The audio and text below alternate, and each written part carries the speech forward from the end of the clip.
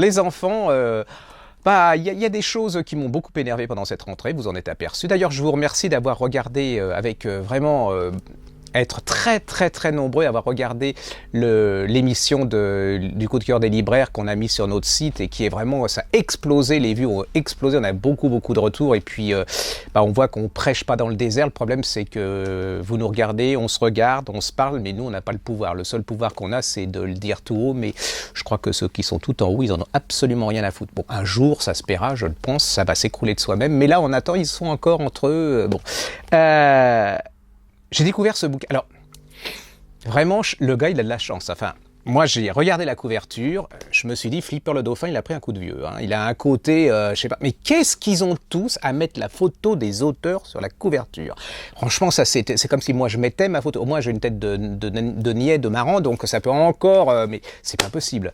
Il s'appelle Patrick Rogers, il est belge, hein, c'est un excellentissime écrivain belge, il habite en France depuis, je crois, une trentaine d'années. Il a écrit L'autre Simonon de chez Grasset, et pour nous, vous m'écoutez là? Le blanc, 3 petits points, c'est notre Goncourt à nous, cette année. Ok, si on avait à décerner le Goncourt, c'est à ce livre qu'on le décernerait. Vous pouvez le dire à vos copains, voilà. Et en plus, moi je suis sûr qu'on a raison parce que le Masque et la Plume l'ont descendu, donc ça veut dire que, vous savez, il y a un principe, je sais pas, je vais vous raconter une histoire, il y a Solers on a fait une étude des critiques de Solers, c'est quand Solers disait du bien de certains critiques de certains livres pendant la rentrée littéraire, ça voulait dire que les mecs, ils avaient aucune chance de l'avoir. Donc quand on dit beaucoup de mal d'un livre, ça veut dire que le gars, il commence à être dangereux pour ceux qui sont, qui en parlent. Parce que ceux qui parlent dans Masque et la Plume, ils font partie de la nomenclatura, vous savez, c'est ceux qui gagnent beaucoup d'argent dans le milieu, l'éditeur, je te renvoie l'ascenseur, enfin bon, voilà. Là, je viens de me faire encore des amis, parce qu'en plus, il y en a beaucoup qui aiment le Masque et la Plume, moi, ça m'énerve un peu. Donc voilà, ça, L'autre Simonon, Grasset, Patrick Roger, c'est absolument génial. Je me suis éclaté, c'est le moment de le dire en lisant ce livre. Qu'est-ce que c'est que ce livre? L'autre Simonon, il s'appelait Christian. Hein. On est dans les années 30, c'est la veille de la guerre. Hein. Christian, c'est le frère de Georges Simenon. Alors, autant Georges Simenon est un gagnant, il réussit relativement tout ce qu'il fait, il en veut, il a aucun état d'âme, autant l'autre, c'est un loser. Hein. Alors, invisible, incolore, inodore, vous le croisez dans la rue, vous savez même pas qu'il y a quelqu'un qui est passé, tellement il est insipide. C'est le préféré, entre autres, par contre, c'est le préféré de la mère de Georges Simenon, c'est-à-dire qu'elle adorait Christian et Georges Simenon, elle n'en avait absolument rien à faire. Alors Georges Simenon, écrivain, lui déjà par principe, il quitte Bruxelles, hein, il quitte c'est Bruxelles, c'est un flamand, je crois, ou un wallon, j'en sais rien. Enfin bon, c'est pas un problème, il quitte sa ville et puis il quitte Liège, c'est ça. Et puis il va à Paris parce qu'il veut réussir, il veut écrire, il est journaliste et tout. Et puis lui, Christian, il sait pas ce qu'il fait de sa vie, il n'a rien à faire, il sait pas où il va, et un jour il va dans un meeting de Léon Degrelle. Léon Degrelle, comment vous expliquer, sans me faire des ennemis, c'est une sorte de Marine Le Pen, voyez-vous, un peu belge des années 30, c'est-à-dire qui était à la tête d'un parti qui s'appelait Rex, qui était un parti qui était un parti d'extrême droite, hein, c'est-à-dire relativement raciste, contre les émigrés, royaliste, férocement d'extrême droite. Et puis Léon Degrelle, c'était un orateur extraordinaire, c'est-à-dire que les gens étaient comme tout. C'était un mini Hitler, vous voyez, c'était une sorte de Hitler belge. Enfin, mais c'était loin d'être une caricature, hein, ça veut dire que c'est un homme dangereux, il ne faut jamais mépriser ce genre d'individu. Et puis, Christian, il est absolument fasciné par cet homme.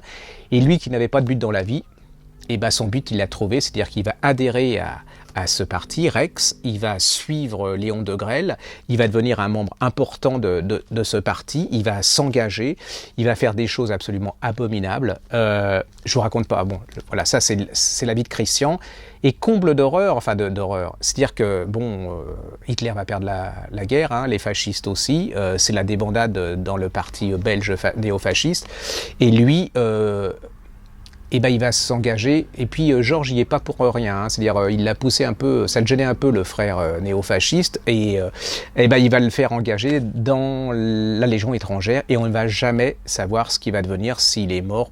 On ne sait pas. Il a disparu corps et bien, c'est assez extraordinaire, hein. C'est-à-dire, et Georges Simenon n'en parlera jamais. Mais là, on découvre Parce que la biographie de ce type, déjà c'est un bouquin extraordinaire, moi je trouve, sur la description comment cet homme, Léon Degrelle, arrive à attirer les gens, cette espèce de fascisme rampant, populaire, où il va, voilà, comment les gens sont absolument attirés comme les papillons par une lumière, et qui vont accepter les pires choses que ce type vont dire et le suivre. Mais le truc, c'est que c'est en fait une biographie en creux de Georges Simenon, et vous allez apprendre des choses abominable de Georges Simenon. Par exemple, que dans les années 21, 22, il a écrit déjà des articles antisémites, mais d'une violence extraordinaire, où il disait que les Juifs étaient un peuple décadent, à la limite, il fallait s'en débarrasser. Ce qu'on n'a jamais entendu parler, hein, pas trop par les historiens officiels.